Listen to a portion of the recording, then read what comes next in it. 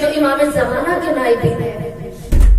اپنی بہنوں سے اپنی ان خواہران سے التماس کر کے کہہ رہی ہوں کہ اس ایام فاطمیہ میں حاصل کرے. جو خواہران رزق کی وجہ سے پریشان ہیں، جو خود ذہن ہے، جو ان کا حافظہ قوی نہیں ہے، کہ وہ مائیں بہنیں جو اپنی اولاد کے رشتوں کی وجہ سے پریشان ہے، جو امتحانات کی وجہ سے پریشان ہے، ایام فاطمیہ میں مانگے، تڑپ کر مانگے. ان ایام فاطمیہ سے معصوم فرماتے ہیں ہر مجلس میں جاتے ہیں کہ جہاں پر مجلس حسین برپا ہوتی ہے، ہم جاتے ہیں مجلس حسین میں. کہا کس طرح سے مولا؟ کہ ہم مجلس میں جاتے ہیں لیکن ہر مجلس سے راضی ہو کر نہیں آتے. یہ معصوم کے جملے ہیں. روایت بہت سخت ہے، مومنات سنیے گا، کیونکہ آج کے دور کا تقاضا ہے، عصر حاضر کا تقاضا ہے کہ ہم سمجھے، اپنے افکار کو بلند کریں، اپنے شعور کو اجاگر کریں، اپنے ذہن کو استعمال کریں، اپنی سوچ کو بلند رکھیں. اب کیا کہا کہ ہم ہر مجلس میں جاتے ہیں لیکن ہر مجلس سے راضی ہو کر نہیں آتے. کہا کیوں مولا؟ کہا اس لیے کہ کچھ مجالس میں لوگ دکھا رہے ہوتے ہیں، ریاکاری کر رہے ہوتے ہیں، اس لیے ہم ہر مجلس سے راضی نہیں ہوتے. بلکہ کچھ مجالس میں وہاں پر کیا ہوتا ہے؟ کہاں پہ صرف وہ لو لعب کی محفل ہوتی ہے، جہاں پہ پتہ نہیں چلتا، کہ جہاں پہ ہمارے افکار کو بلند نہیں کیا جاتا، ہمارے کردار کو دہرایا نہیں جاتا. اس لیے ہم ہر مجلس میں آتے ہیں لیکن ہر مجلس سے، ہر بانی مجلس سے راضی ہو کر نہیں جاتے. کہا کیوں؟ کہا اس لیے کہ اللہ نے انسان کو عقل عطا کی. اللہ نے اپنے آپ کو کیا کہا؟ حدیث قدسی ہے کہ میں احسن الخالقین ہوں. اللہ نے ہمارا جسم بنایا، کب کہا میں احسن الخالقین ہوں؟ نہیں عزیزان محترم، اللہ نے جب ہمیں جسم عطا کیا تب نہیں کہا کہ میں احسن الخالقین ہوں. اللہ نے اصول کافی کی حدیث ہے، باب عقل میں دیکھیے کیا کہا. اللہ نے جب انسان کو عقل عطا کی، انسان کے اندر روح ڈالی، تو اللہ نے کہا میں احسن الخالقین ہوں. یعنی جسم و جسمانیت ادھر ہی رہ جائے گی، جو پرواز کرے گی وہ ہماری روح ہے، جو عذاب و سزاب و ثواب و عقاب جس کو دیا جائے گا وہ ہماری روح ہے. اب کہا کہ میں احسن الخالقین کب ہوں؟ کہ جب میں انسان کو عقل عطا کرتا ہوں. اب یہ عقل کیا ہے کہ اس کو اب دیکھنا ہے. عقل کیا ہے؟ یہ خلقت انسان کے اوپر جو اللہ ناز کر رہا ہے. آیا اللہ انسان کے جسم بنانے کے بعد ناز کر رہا ہے؟ نہیں عزیزان محترم، اللہ نے جب انسان کو عقل دی، شعور دیا، فکر دی، ایک فکر دینے کے بعد یہ قلب عطا کیا، اس کے بعد اللہ نے کہا کہ میں احسن الخالقین ہوں. اب اللہ نے کہا میں احسن الخالقین ہوں، کیوں؟ کیونکہ میں نے تمہیں عقل عطا کی ہے. اب سوچو کہ اس عقل کو پروان چڑھانا چاہتے ہو تو اپنے شعور کو بیدار کرو. سوچو کہ کون سی مجالس ہے کہ جہاں سے ہم نئی سوچ لے کر اٹھتے ہیں. جب معصوم فرماتے ہیں ہم کون سی مجلس کو قبول کرتے ہیں؟ کہا جب بندہ مومن مجلس سے اٹھ کر جائے تو رات کو جب بستر پر سوئے نا تو تھوڑی دیر نگاہ ڈالے کہ میں نے اس مجلس میں کیا حاصل کیا. آیا میری سوچ تبدیل ہوئی؟ آیا میری زندگی میں یہ مجلس حسین، یہ ایام فاطمیہ کوئی تبدیلی لا رہے ہیں یا نہیں؟ آیا میرا کردار بلند ہو رہا ہے؟ آیا میں کمال کی طرف سفر کر رہا ہوں یا نہیں؟ تب انسان کو پتہ چلے گا. کیوں؟ کہا پھر اگر انسان کے اندر، اللہ نے انسان کے اندر اور حیوان میں فرق کیا رکھا ہے؟ کہا ماں بین الامتیاز حیوان والانسان. منطق میں ہم کیا کرتے ہیں کہ انسان اور حیوان میں کیا فرق ہے؟ عقل کا. عقل کا فرق ہے. کیوں؟ اللہ نے انسان کو عقل عطا کی، حیوان کو عقل عطا نہیں کی. وہ ہماری طرح ہی کھاتے ہیں، وہ ہماری طرح ہی سوتا ہے، وہ ہماری طرح ہی جاگتا ہے، ہماری طرح ہی. ان حیوانوں کی بھی ازدواجی زندگی ہے، وہ بھی بچے پیدا کر رہا ہے، لیکن کیا ہے اس کے کھانے پینے میں اور ہمارے کھانے پینے میں فرق ہے. اب کہا کہ انسان سوچے.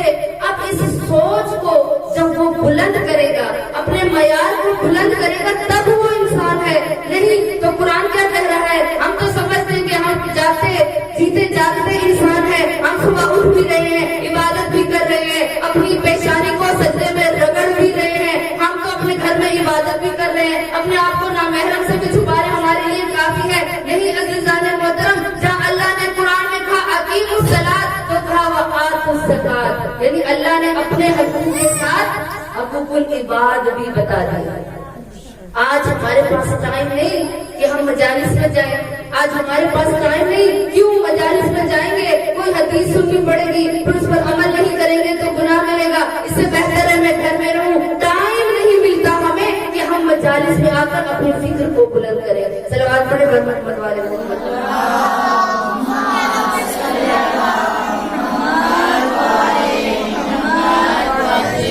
اب یہ عزیزان گرامی انسان تو ہے لیکن عقل کو استعمال نہیں کر رہا، تو قرآن کیا کہہ رہا ہے؟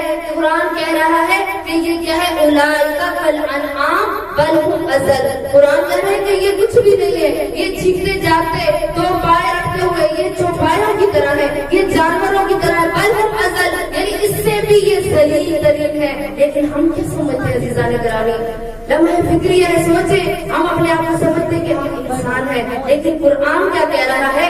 اگر تم نے اپنی عقل کو استعمال نہیں کیا، اپنے شعور کو بیدار نہیں کیا، تو تم کیا ہو؟ چوپایوں سے بھی بدتر ہو، یعنی جانوروں سے بھی بدتر ہو۔ اب یہ عقل کیا ہے؟ یہ عقل انسان کو پرواز تک چڑھاتی ہے۔ یہ قلب کیا ہے جس کے لیے اللہ اپنے آپ کو احسن الخالقین کہہ رہا ہے؟ یہ قلب کیا ہے؟ یہی وہ قلب منور ہے، یہی وہ قلب سلیم ہے کہ جس کے اندر اللہ اپنے آپ کو کہتا ہے کہ میں اس قلب میں رہتا ہوں۔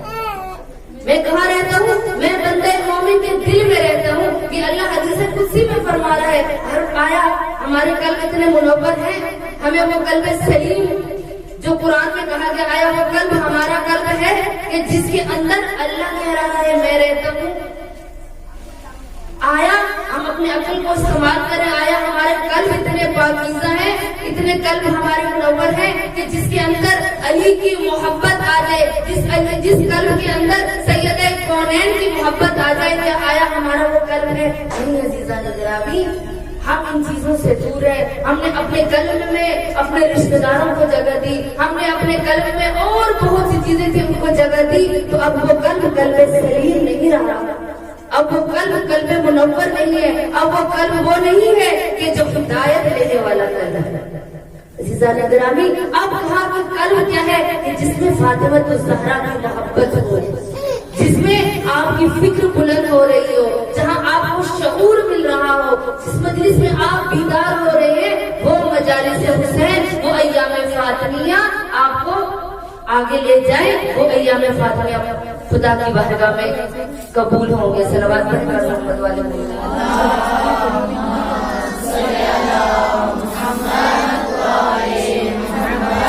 اب وہ انسان اگر عقل کو استعمال نہیں کرے گا تو وہ جانوروں سے بھی بدتر ہے۔ کہا اللہ نے انسان کو دو چیزیں عطا کی، اللہ نے انسان کو عقل بھی عطا کی، اللہ نے انسان کو شیطانی سوچ بھی دی اور رحمانی سوچ بھی دی۔ صلوات پڑھ کر محمد والے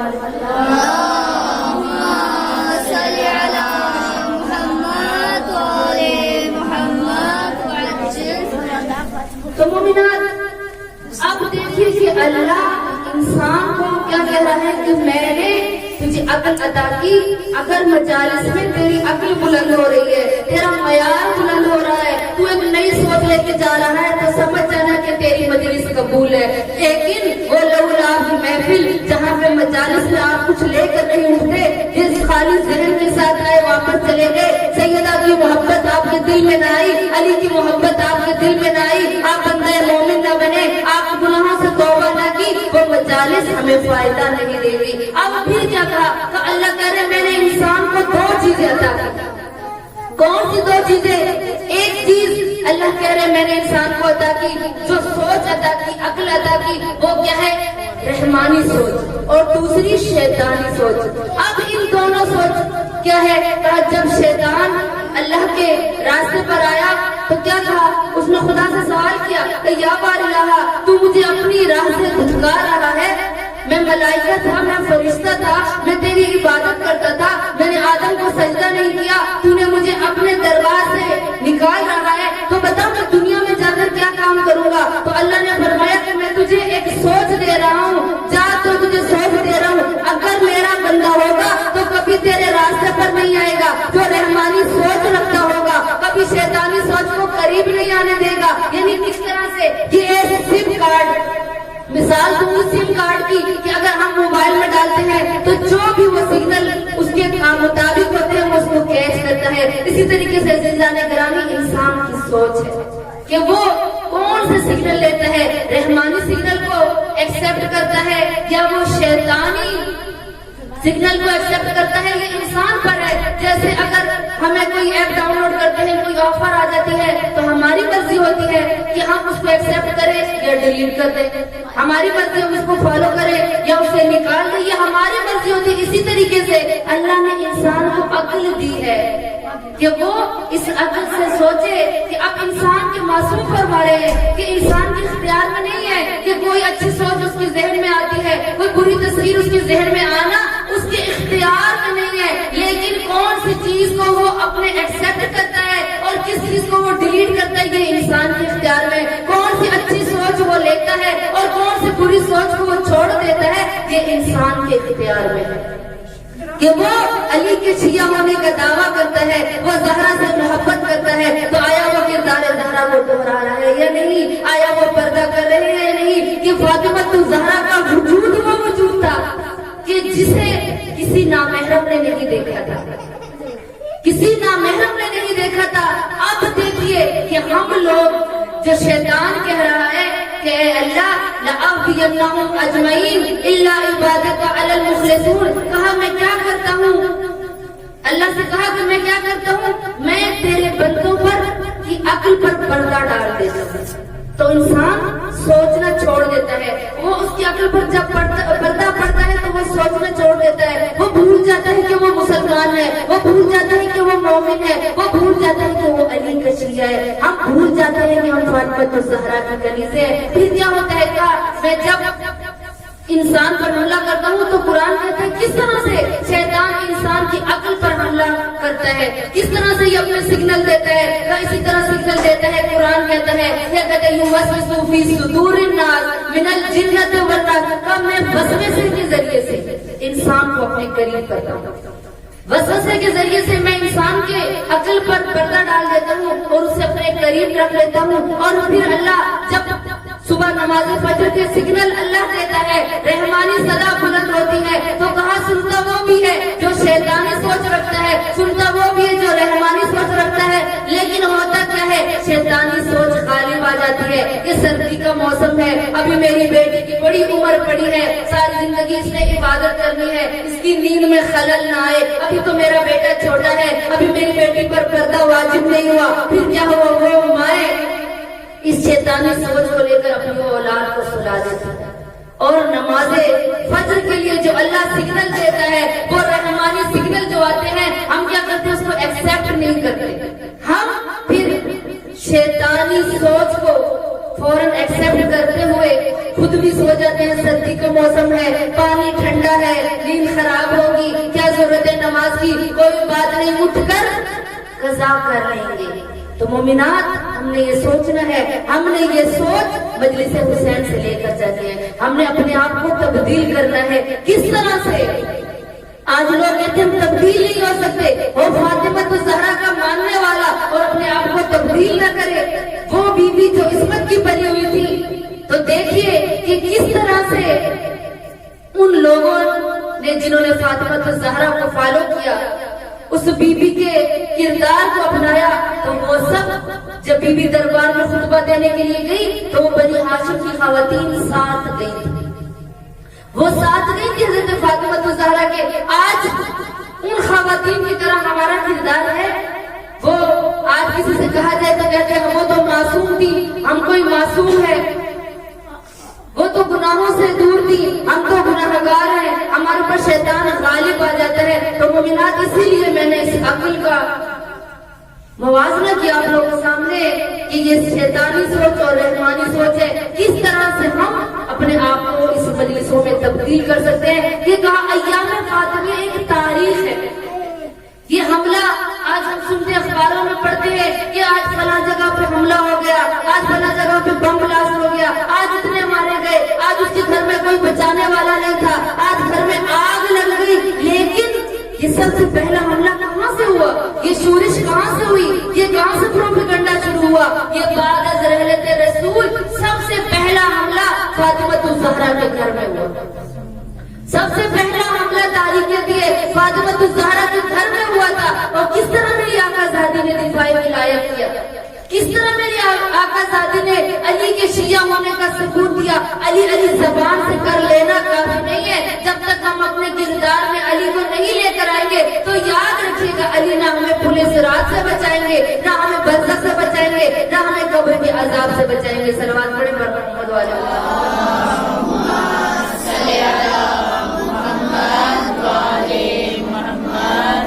آئیے ہم علی کا شیعہ ہونے کا دعویٰ کرتے ہیں تو سب سے پہلے خاتون جو علی کی شیعہ تھی وہ حضرت فاطمہ الزہرا تھی, کہ جو علی کے شیعہ ہونے کا ثبوت دے رہی ہے. صرف زبان سے علی کو نہیں مانتی بلکہ کردار سے دکھایا کہ اے علی اگر تجھ پر مشکل وقت آ جائے گا, اگر اسلام پر مشکل وقت آ جائے گا تو میں فاطمہ الزہرا کہ جس کے وجود کو نہ محرموں نے نہیں دیکھا لیکن میں دربار میں بھی جاؤں گی, میں لوگوں کے دروازوں کو بھی کھٹکھٹاؤں گی تاکہ رہتی دنیا تک دنیا کو پتہ چل جائے کہ علی کے شیعہ ہوتے کیسے ہیں, علی کی شیعہ فاطمہ الزہرا نے کس طرح سے ثابت کیا. مومنات, وہ فاطمہ الزہرا سوچیں کہ کتنے دن گزرے تھے رسول کی رحلت کو, لیکن علی کے شیعہ ہونے کا صرف زبان سے دعویٰ نہیں کیا بلکہ کردار سے دکھایا کہ شام قیامت تک آنے والی خواتین یہ نہ کہیں کہ ہم تو خاتون ہیں, ہمیں تو شوہر کی اجازت نہیں, ہمیں گھر کا ٹائم جو ہے یا ہمارے پاس مسائل اتنے ہیں, پریشانیاں اتنی ہیں, مصیبتیں اتنی ہیں, تو کیا سوچے کہ فاطمہ الزہرا سے بڑھ کر مصیبت کسی پر آئی ہوگی کہ جس کے دروازے پر جبرائیل بھی اجازت لے کر آتا تھا. آپ نے سنا ہوگا کہ رحلت رسول سے قبل جناب فاطمہ الزہرا کی گود میں رسول کا سر تھا اور دروازے پر دستک ہوئی. میری آقا زادی نے کیا صدا دی؟ میری آقا زادی فرماتی ہیں اے دروازے پر جو بھی آیا ہے میرے بابا کا صحابی ہو, میں اپنے بابا کے پاس بیٹھی ہوں, چلے جاؤ. ایک دفعہ دروازے پر دکل باب ہوا, جب سیدہ نے یہ ندا دی آنے والا جو بھی تھا چلا گیا. دوبارہ دکل باب ہوا, آقا زادی نے کہا نہیں, میں اپنے بابا کے پاس بیٹھی ہوں, میرے بابا کا سر میری گود میں ہے, چلے جاؤ, میں اپنے بابا سے خود ملاقات کریں. جب تیسری بار دکل باب ہوا تو اس وقت رحمت للعالمین نبی نے فرمایا اے میری لخت جگر, اے قرۃ عین الرسول, آقا زادی بیٹی سے فرمایا جانتی ہو زہرا دروازے پر کون ہے؟ یہ تیرے دروازے کا شخص ہے جو دروازے پر تیسری دفعہ دکل باب کر رہا ہے, دروازے کو کھٹکھٹا رہا ہے. یہ میرا کوئی صحابی نہیں, یہ کوئی امت مسلمین میں سے نہیں ہے, بلکہ کون ہے؟ اسرائیلی فرشتہ ہے. یہ تیرے دروازے کا شرط ہے کہ جو تجھ سے اجازت لے کے آ رہا ہے. عزیزان گرامی, آپ سے میرا سوال ہے, کوئی آج تک سنا کہ کسی نے اسرائیل نے کسی سے اجازت لی ہو؟ نہ وہ کسی کی جوانی دیتا ہے, نہ وہ کسی کا بڑھاپا دیتا ہے, نہ وہ کسی کی بیماری دیتا ہے, نہ این شباب دیکھتا ہے, نہ وہ ذوق و ناتوانی دیکتا ہے, نہ دیکھتا ہے کون غریب ہے, نہ دیکھتا ہے کون امیر ہے. کسی سے اجازت لے کر نہیں آتا, جب اس کا دل کرتا ہے آتا. لیکن فاطمہ الزہرا کے دروازے کا یہ شرط تھا کہ اسرائیل بھی اجازت لے کر آتا تھا. وہ آقا زادی آج اس کے کردار کو دکھانے کی ضرورت ہے. آج لوگ کہتے ہیں وہ معصوم تھی, تو یہ قاسم سلیمانی, یہ حسن نصر اللہ, یہ رہبر معظم, یہ آغا سستانی, اب یہ ہستیاں کون سی ہیں؟ قاسم سلیمانی کو شاید اس وقت اگر کوئی جانتا ہوگا جو ظلم کے خلاف اٹھے تھے, جنہوں نے امریکہ سے للکار کر کہا تھا اپنی تقریر میں اے امریکہ تو یہ نہ سمجھ جانا, اے ظالم کے خلاف اٹھنے کے لیے کہا تھا تو یہ نہ سمجھنا کہ تو جو بھی کرتا رہے گا تو کوئی دیکھ نہیں رہا. میں قاسم سلیمانی تجھے آج بھی للکار رہا ہوں. اس تقریر کو سننے کے بعد امریکہ والوں نے کہا تھا کہ ہم قاسم سلیمانی ہمارے لیے اس زمین پر خطرہ ہے. تو قاسم سلیمانی کی ماں کون تھی؟ معصوم تھی نہیں عزیزان گرامی, وہ ایک عام خاتون تھی, لیکن اپنے اندر, اپنے وجود کے اندر محبت زہرا رکھتی تھی, اس لیے ایسی اولاد کو جنم دیا. قاسم سلیمانی کو پہلے کوئی جانتے ہوں گے تو شاید ایران میں شیعہ جانتے ہوں گے, لیکن قاسم سلیمانی جب شہید ہوئے آج 5 ملین لوگوں نے قاسم سلیمانی کے لیے احتجاج کیا کہ کیوں قاسم سلیمانی کو مارا گیا. صرف ایران کے شیعوں نے نہیں بلکہ پاکستان کے شیعوں نے بھی مارا. کہا جب آیت اللہ نیمر کو 55 سال کی عمر میں آیت اللہ نیمر شہید ہوئے تو کسی نے کہا کیا ضرورت تھی, ابھی تو سارے دین کی ہمیں ضرورت تھی, کیا ضرورت تھی آل سعود کے خلاف اٹھنے کی. آیت اللہ نیمر کو جب یہ کہا تو آیت اللہ نیمر کے لیے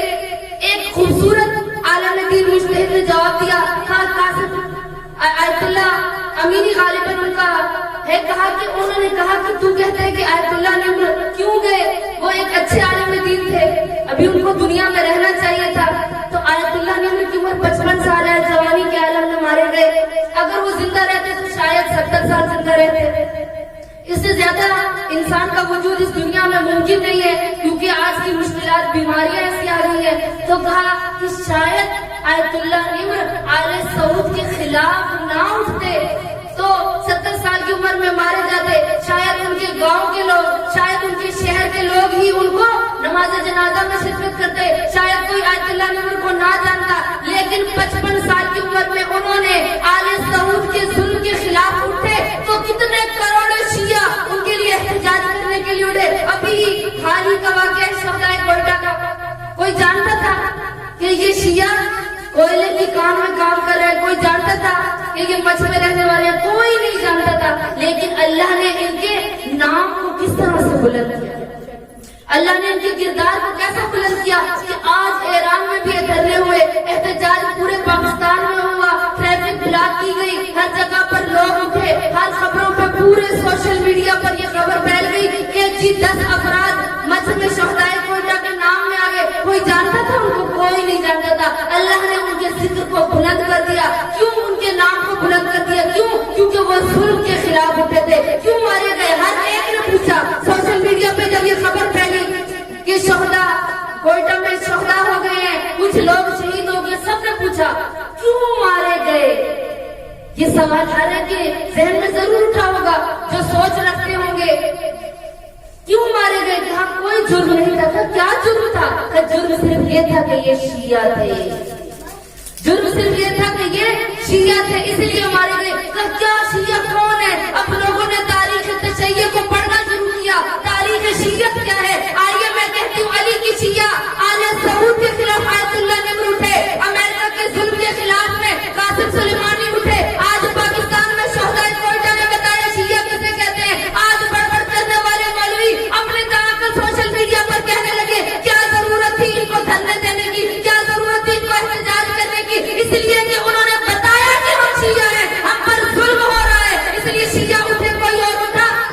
کوئی بھی نہیں اٹھا۔ اور اس وقت ان لوگوں نے کہاں سے لیا؟ انہوں نے کردار زہرا کو اپنایا کہ اس وقت کے ظالم کے خلاف میری آقا زادی دیکھ رہی تھی کہ یہ سب مدینہ کے لوگ جو ہے بدل گئے ہیں۔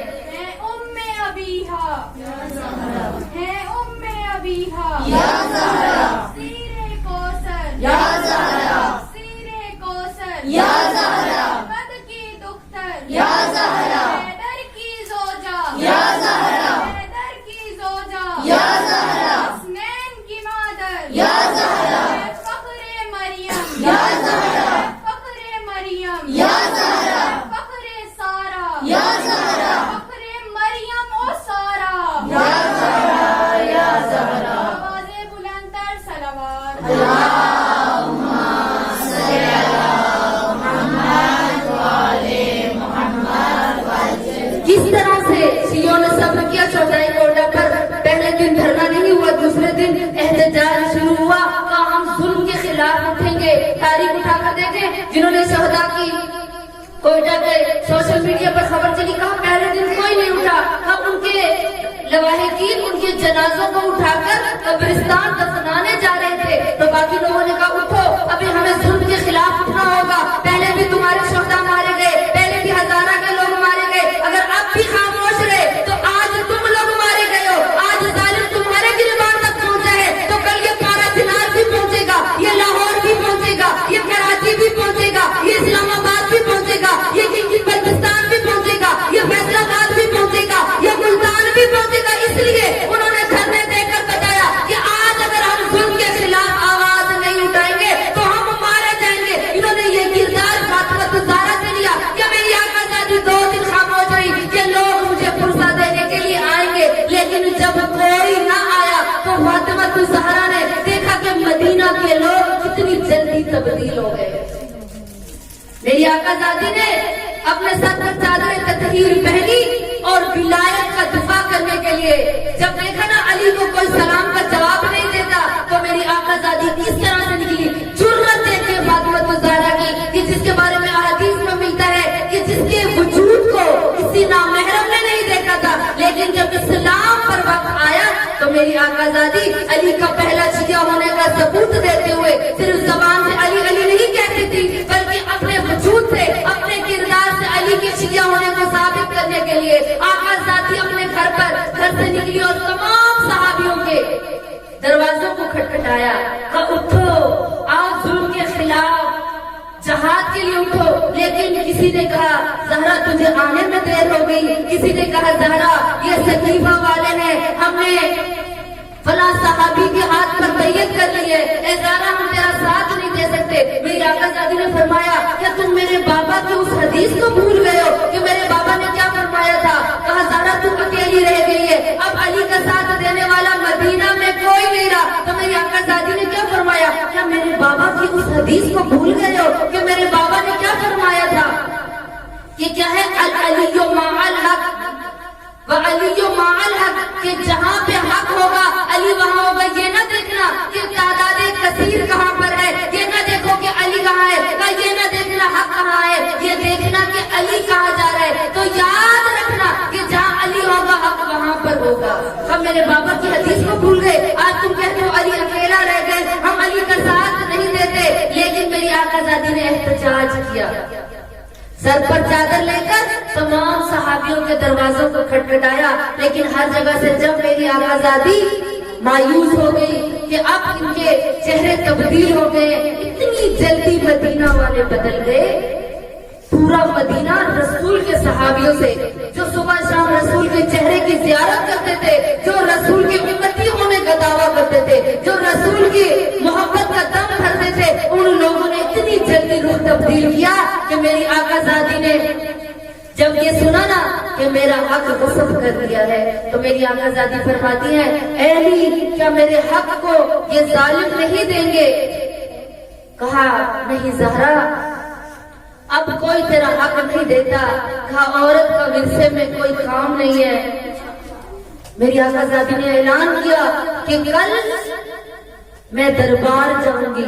جب میری آقا زادی نے اعلان کیا نا عزیزان گرامی، تو ایسا نہیں تھا کہ کسی کو پتہ نہیں تھا۔ جب لوگوں کو مدینہ میں یہ خبر پھیلی کہ فاطمہ الزہرا نے دربار میں جانے کا اعلان کیا ہے، لوگ پریشان ہو گئے، حیران ہو گئے، تاریخ اٹھا کر دیکھے، کہا حیران ہو گئے کہ فاطمہ جو کبھی اپنے گھر سے نہیں نکلی تھی، وہ فاطمہ آج گھر کو کیوں چھوڑ رہی ہے؟ آج نامحرموں سے کیوں خطاب کرے گی؟ آج زہرا اتنی مجبور ہو گئی ہے کہ اسلام کے دفاع کے لیے، اپنے حق کی خاطر۔ آج ہمارے جاہل لوگ کہتے ہیں کہ بیٹیوں کو کیا ضرورت ہے ججوں کے پاس جانے کی، کیا ضرورت ہے عدالتوں میں جانے کی؟ تو حق جب ہو، فاطمہ الزہرا نے جانتی تھی کہ میں حق پر ہوں، اس لیے میری آقا زادی اپنا حق مانگنے کے لیے سب سے پہلے گئی ہے دربار میں۔ یہ نہج البلاغہ کے خطبے بعد میں آئے ہیں، سب سے پہلے تاریخ میں خطبہ جو ملتا ہے بعد از رحلت رسول، وہ خطبہ کون سا ہے؟ وہ خطبہ فدق ہے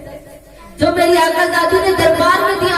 اب جب مدینے میں اعلان ہونے لگا، ذرا تصور کریں کہ مدینے میں اداسی سی چھائی ہوئی تھی۔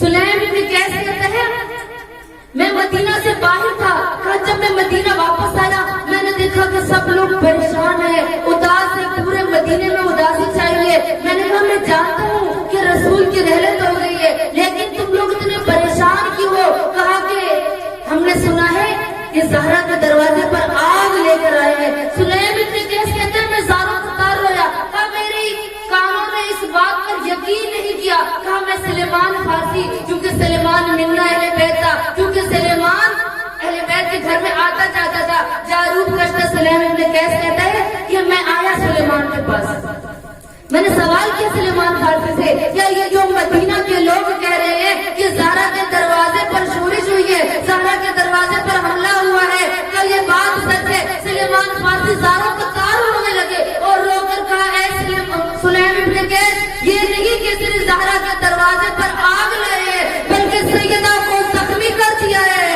اور سیدہ کا محسن شہید ہو گیا۔ ارے مصائب کی حد ہی ختم ہو گئی۔ ارے خالی سیدہ پر دروازہ نہیں گرایا جانے گرامی، کافر ابو الحسن کے گلے میں رسی ڈالی۔ ارے جب سلیمان فارسی نے سلیم ابن قیس کو یہ بات بتانا شروع کی نا، سلیم ابن قیس کہتا ہے میں زاروں